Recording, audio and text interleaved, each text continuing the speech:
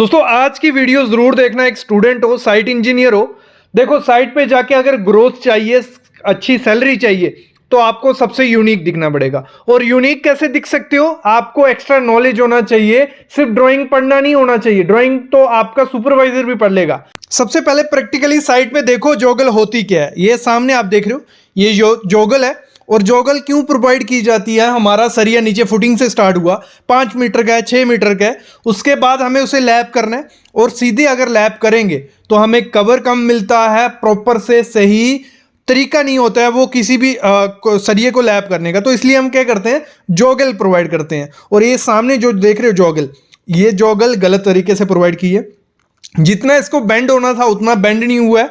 जहां इसका लैप आना चाहिए था वहां इसका लैप नहीं हुआ है। हुआ क्या, देखो आपको कभी भी जोगल जो रखना है उसका बेंड कितना होना चाहिए, बहुत इंपॉर्टेंट चीज होती है। वो उसकी स्लोप रखनी होती है 1:6। अभी ये सब पूछेंगे सर 1:6 क्या है, इसको कैसे हम साइड पे समझेंगे? तो आपको कुछ नहीं करना है, सिंपल तरीके से प्रोवाइड करनी है। आपको क्या करना है, 6D के हिसाब से आपको उसका स्लोप देना है। कैसे 6D के हिसाब से हमारा स्लोप बनेगा? आपको क्या करना है, जितना आपका डाया होगा, अगर आपका है 20 mm का सरिया, तो 6 × 20 120 mm वो आपकी स्लोप बननी चाहिए। और प्रॉपर स्लोप आपको देनी पड़ेगी। तो उसके लिए हम क्या करते हैं, मैंड्रिल यूज करना है आपको। मैंड्रिल के आगे टॉपिक पे आने वाला हूं, लेकिन थोड़ा सा इसको थियोरेटिकली समझो, फिर पूरा दिमाग में बैठ जाएगा क्या चीज की मैं बात कर रहा हूं। तो ये हमारा कॉलम होता है, ठीक है। और अगर मैं एक सिंपल तरीके से आपको पहले समझाता हूं। ये हमारा, ठीक है, सरिया आ रहा है नीचे से है, हमने लैप कर दिया, सीधा जोगल नहीं दी, तो ये लैप आपका क्या होगा, यहां से कवर आपका ज्यादा हो जाएगा। एक चीज ये हो जाती है। और ये स्लिपेज के चांसेस होते हैं, मतलब फेल हो जाता है। ये ऐसे आपको नहीं देना है, आपको देना है इस तरीके से। आपका जो नीचे से सरिया आ रहा है और जो लैप आएगा आपका, ये ऐसे आया और ऐसे बेंड देना है। और ये जो बेंड होता है ये होता है 1:6। और एक चीज ध्यान रखना, इसको बेंड करने का तरीका होता है और पूरा एक दूसरे के ऊपर आना चाहिए। जैसे हमने साइड पे देखा, ये बहुत दूर था, मतलब साइड पे हमने देखा ये हमारा सरिया ऐसे है ना, तो ऐसे इतना दूर था वो, आप समझे नहीं होंगे। तो ये हमारा सरिया था, मतलब उन्होंने जो बेंड किया था इतना दूर था, ऐसे, मतलब वो यहां टकरा, ये यहां लग रहा था, मतलब इसके पूरा नीचे आना चाहिए इस तरीके से। और 6D आपको देना है, मतलब आपको 6 और 20 डाया का अगर सरिया है, जितना भी डाया का हो, तो ये हो गया 120 mm। ये आपकी जो डिस्टेंस होना चाहिए यहां से यहां तक, ये आपका 120 mm होना चाहिए। कितना? 120 mm। और जहां 1:6 भी वही हुआ, मतलब अगर ये 20 डाया का सरिया है, 20, ठीक है, तो 20 मतलब 1 जितना डाया होगा वो इधर उतना 20 mm। और ऐसे इधर समझो, ये 20 mm और ये जो डिस्टेंस होगा ये आपका कितना होगा, 120 mm।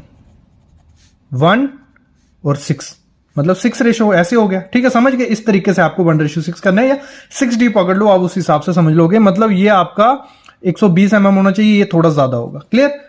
देखो अभी समझो, थोड़ा मैं आपको स्टैगर्ड का बताता हूं। जो सरिया आपने साइड पे भी देखा होगा ऊपर नीचे होता है, आज थोड़ी धूप है तो आपको थोड़ा कैमरे में थोड़ा काला दिख रहा होगा, लेकिन अगर मैं बताऊं ये सरिया ऊपर नीचे होता क्यों है। देखो एक तो इसको रखना पड़ता है कि हमें लैप कभी भी एक जगह हमें नहीं देना होता है। अगर एक जगह हम लैप देंगे तो फेलियर के चांसेस बढ़ जाते हैं, और जब अर्थक्वेक या ओरिएंटल स्ट्रेसेस लगेंगे तो आपका कॉलम फेल हो जाएगा। तो और दूसरी चीज होती है, जब फुटिंग कर रहे होते हैं हम लोग, ये तो है नहीं है कि सीधा हम 12-12 मीटर का सरिया खड़ा कर देंगे। तो हमें तो जो सरिया है 12 मीटर की स्टैंडर्ड लेंथ आती है। और सबका ये भी होता है कि सर वेस्टेज नहीं होनी चाहिए, तो क्या करने हैं आपको, 7 मीटर का एक काट लेना है 12 मीटर में से, और 5 मीटर का एक। तो आगे पीछे ऐसे भी हो गया, स्टैगर्ड हो गया, कुछ नीचे रह गए कुछ ऊपर रह गए। लेकिन इसमें भी आपको ध्यान देना है कि आपका लैप कहीं, जो जहां लैप हमें नहीं देना होता है, नो लैप जोन, वो कौन सा होता है, वहां लैप ना आ जाए। तो इसको भी हमें पहले ही डिसाइड करना पड़ता है कि हाइट कितनी है। यहां जो कॉलम आप देख रहे हो, ठीक है, फुटिंग में से कॉलम निकल गया, ये पेडेस्टल जिसे हम बोलते हैं, फुटिंग के ऊपर जो छोटा सा किया जाता है इसे पेडेस्टल बोला जाता है। अगर इसमें हमें कवर ब्लॉक नहीं मिल रहा है, मतलब आप देख रहे हो एक तरफ हमें कवर मिल रहा है कुछ 60-70 mm, और दूसरी तरफ हमें मिल रहा है 10 से 20 mm कवर, यहीं से गड़बड़ स्टार्ट हो गई है और ये ऊपर जाते जाते दिक्कत देगी। यहाँ अगर कवर नहीं मिल रहा है, देखो यहाँ 10 mm कवर है ना, जब कंक्रीट किया जाएगा और बाद में मिट्टी डाल दी जाएगी तो जो सरिया होगा वो खराब हो जाएगा, मतलब बिल्कुल धीरे धीरे धीरे धीरे धीरे क्या होता है, डिट्रॉयड हो जाता है। और सरिया अगर खत्म ही हो गया तो कंक्रीट कितने टाइम तक खड़ा रहेगा। तो आपको क्या करना है, प्रॉपर से लेआउट करना है कि आपका जो कवर ब्लॉक है प्रॉपर से हर तरफ आए। और यहां आप देख रहे हो, ये बहुत बड़ी गलती मैं मानता हूं। अगर इतना देखो 10-20 mm चलता है लेकिन एक तरफ पूरा कॉलम शिफ्ट हो जाए, ये बहुत बड़ी गलती होती है। ऐसी गलती आपको नहीं करनी। इस गलती को कैसे सुधार सकते हैं, जब लेआउट किया जा रहा है, जब मार्किंग की जा रही है, उसी दौरान आपको ध्यान रखना है। और इसमें, इस बिल्डिंग में, इस कंस्ट्रक्शन में हर एक कॉलम की यही हालत है। हमारी वीडियो की 5वीं मिस्टेक है, वो बहुत ज़्यादा बड़ी की जाती है साइड पे या गांव में बोलो, क्योंकि गांव में इस चीज़ को नज़रअंदाजी किया जाता है मेरे ख्याल में। क्योंकि मैंने गांव में जितनी कंस्ट्रक्शन देखी है उनमें कवर ब्लॉक का कोई जिक्र तक नहीं होता है। मतलब कवर ब्लॉक को दिया ही नहीं जाती है कोई अहमियत। मतलब सीधा सरिया डाला, कंक्रीट डाल दिया, और जहाँ वहाँ एग्रीगेट कोई पत्थर वगैरह होगा, पॉसिबल होगा, वो घुसा देते हैं। तो ये बहुत बड़ी गलती की जाती है। आपको कवर ब्लॉक यूज़ करना ही करना है। कॉलम है, बीम है, कुछ भी है, कवर ब्लॉक करना ही करना है। और आपको कॉलम में कितना कवर ब्लॉक करना है, 50 mm मिनिमम कवर ब्लॉक आपको उसमें प्रोवाइड करना ही करना है। और जिन्होंने कवर ब्लॉक नहीं देखा है, क्योंकि काफ़ी मेरे को कमेंट आते हैं सर कवर ब्लॉक हमें नहीं पता चल रहा है, टेक्निकल वर्ड है, तो ये सामने जो है ये कवर ब्लॉक है। मतलब जो भी सरिये को 50 mm दूर रखेगा कंक्रीट से, तो वो चीज़ कवर ब्लॉक होगी उसको। इसका मैं एक आपको वीडियो दिखा देता हूँ लगाते कैसे हैं, तो थोड़ा आपको इसका आइडिया हो जाएगा कि कवर ब्लॉक का काम क्या है। देखो सामने आप देख रहे हो क्या होता है, जो भी मतलब जहाँ शटरिंग की होगी उसके और सरिये के बीच आपको कवर ब्लॉक डाल देना है। तो इससे क्या होगा, थोड़ा कवर मिल जाएगा। और बाद में क्या होगा, अगर बाई चांस कोई वॉइड भी रह जाता है कंक्रीट में, तो आपकी जो स्टील बार होगा वो क्रोजन नहीं पकड़ेगा और खत्म नहीं होगा। कि जब हमारा कंक्रीट चल रहा होता है स्लैब पे, ठीक है, जहां कॉलम का कंक्रीट चल रहा है या फुटिंग का कंक्रीट चल रहा है या बीम का कंक्रीट चल रहा है, ठीक है, तो उसमें अगर बाय चांस कंक्रीट खत्म हो गया, दूसरी चीज कंक्रीट हमें कुछ रीजंस के कारण बंद करना पड़ा, उस दौरान हमें कंस्ट्रक्शन जॉइंट छोड़ने पड़ते हैं, ठीक है। और कंस्ट्रक्शन जॉइंट प्रॉपरली कहां छोड़ना होता है आपको, फुटिंग, कॉलम, बीम या स्लैब में, तो वो आपको जरूर पता होना चाहिए एक एज ए सिविल इंजीनियर। सबसे पहले स्टार्ट करते हैं फुटिंग से। देखो हमारी फुटिंग किस हिसाब से रहती है, ट्रेपेजोइडल फुटिंग हमें करनी है। जहाँ ट्रेपेजोइडल रहेगी, जहाँ हमारे स्टेप फुटिंग रहती है। सिंपल जो फुटिंग रहती है ना, ऐसे नीचे आपने सिर्फ एक स्टेप दे दिया, वो सही नहीं है, वो फेलियर हो जाता है मोस्टली, उसमें पंचिंग शेयर और क्रैक आ जाता है फुटिंग में, और सेटलमेंट के चांसेस हो जाते हैं। वो उसको प्रोवाइड मत किया करो। आप प्रोवाइड कौन सी करनी है, आपको हमेशा ट्रेपेजोइडल फुटिंग करनी है, ऐसी या ऐसी, ठीक है। अभी आते हैं जो हम काम कर रहे हैं कंस्ट्रक्शन जॉइंट का। कभी भी जब आपकी फुटिंग कास्टिंग हो रही है, तो ये आपकी फुटिंग है, ठीक है, इसको ना पूरा फुल करना है, ऐसे कभी नहीं करना है। ये सामने दिख गया, ये तो बेसिक है। लेकिन जब भी ऐसे करोगे, मतलब आपने फुटिंग भर दी, उसमें ना ये शेयर की आपको प्रोवाइड करनी है। ये सामने जो खड्डा सा दिख रहा है ना, ये आपका कॉलम अगर 300 बाई 300 का है, तो बीच में 150 बाई 150 का खड्डा कर लीजिए। जब खड्डा आप कर लोगे, इसको प्रॉपर आपका जब कंक्रीट होगा दूसरा, उसमें जॉइंट बनता है, शेयर की हम इसे बोलते हैं। तो ये आपको जरूर प्रोवाइड करनी है।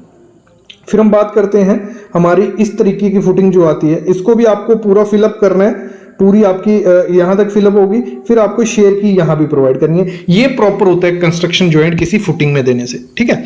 अभी आगे बढ़ते हैं। फिर आती है हमारी कॉलम की बात। तो हमारा जो कॉलम कास्ट करना है, कभी काफी साइड्स पे मिथ क्या होती है, ऐसी वाली मिथ कि आपको उसको इंक्लाइन में रखने जॉइंट बनता है। ये सबसे खराब, सबसे घटिया प्रोसेस होता है ऐसे जॉइंट ऐसे रखने। ये सबसे जल्दी फेल होता है, शेयर फेलियर इसमें सबसे जल्दी देखने को मिलता है, क्योंकि जीरो बॉन्ड हो जाती है इसमें। तो आपको क्या करना है, मैं आपको दिखाता हूँ। देखो कॉलम को कभी भी ऐसे फिलअप नहीं करना है। फिर आपको ऐसे स्मूथ फिनिश नहीं देनी है, मतलब बराबर कर लो, स्मूथ नहीं दो। सब में करना क्या है, आपको करना है शेयर की प्रोवाइड करनी है। दिखाता हूँ, ये देखो शेयर की आपको प्रोवाइड करनी है। ये होती है, रफ भी करना है सरफेस, और 150 बाई 150 mm की शेयर की प्रोवाइड करनी है। जब नेक्स्ट लिफ्ट आप कंक्रीट की भरोगे, उसमें नेक्स्ट कंक्रीट उसमें आएगा, तो होगा क्या, आपका प्रॉपर बॉन्ड बनेगा और यहां से कभी भी कॉलम आपका फेल नहीं होगा। ये प्रोसेस होता है, ठीक है। अभी आती है हमारा बीम। देखो काफी टाइप के बीम होते हैं। हमारी कंक्रीटिंग चल रही है, अगर इस तरफ से इधर जा रहे हैं, तो 4 बीम है, मतलब कंटिन्यूस बीम है, चारों तरफ निकल रहा है। तो आपको कभी भी ऐसे नहीं छोड़ना है, ठीक है, क्रॉस गलत है। आपको ऐसे छोड़ना है, मतलब छोड़ना के इन द सेंस आपको करना है LY4 जो हमारा रहता है, LY4 पे आपको कंक्रीट खत्म करना है। और इसमें स्लांट हाइट आपको देनी है, मतलब इसमें आपको थोड़ा स्लांटिंग पोजीशन में करना है, इसमें प्रॉपर सीधा नहीं करना है आपको, इसमें आपको थोड़ा ऐसे ऐसे मतलब रफ सा करना है।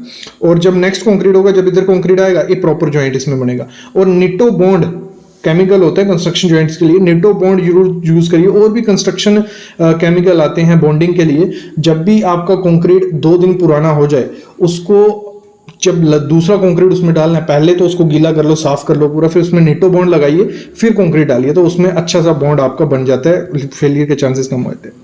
एक तो इस तरीके से आप कर सकते हो इंक्लाइन में, दूसरा इस तरीके से, मतलब स्टेप बाइज ऐसे, ठीक है। तो वो भी आपका रहेगा L/4, मतलब जितना आपका 3 मीटर का स्पैन है, 3 मीटर को mm में कन्वर्ट कर लिए, 3 मीटर डिवाइड बाय 4, तो आपको इस तरीके से उसको करना है। जितना आपका आएगा, अगर बाई चांस 750 mm आ रहा है, तो यहाँ से इस बीम से यहाँ तक 750 mm पे हमें उसका क्या करना है, कंस्ट्रक्शन रोक देना है, आगे स्टॉपर लगा देना है, ठीक है। ये प्रोसेस होता है। और एक रियल सिविल इंजीनियर जो रहता है ना, वो यही काम करता है, अच्छे से तरीके से करता है, ऐसे नहीं करता है। नेक्स्ट, अगर आपको इसी बीम पे रोकना है तो ये तरीका आपको अपनाना, पूरा फिनिश करना है उसको। ये नहीं है कि आधा उसको छोड़ना है, देख रहे हो, ऐसे नहीं, पूरा फिनिश कर लीजिए और नेक्स्ट वो बॉन्ड उधर करेगा, क्योंकि इसका लो ट्रांसफर नीचे कॉलम होगा, वो उस पर रेस्ट हो रहा होगा, उस पर कोई दिक्कत आपको देखने को नहीं मिलेगी। अब इसको एक सेक्शन के हिसाब से समझते हैं। तो यहाँ देखिए, आपको कंक्रीट हमारा चल रहा है, ऐसे नहीं करना है, ठीक है। मतलब क्या नहीं करना है, ये टी बीम है हमारा, बीम के ऊपर नहीं करना है आपको पीछे कर लेना है। पीछे देखो, ये इधर भी आपको नहीं करना है। आपको करना कैसे है, ये भी नहीं करना, आपको करना है L/4 के हिसाब से। ये हमने ऊपर सीखा, आपको 2 बीम छोड़ के आगे L/4 के हिसाब से हमें उसको छोड़ देना है। ये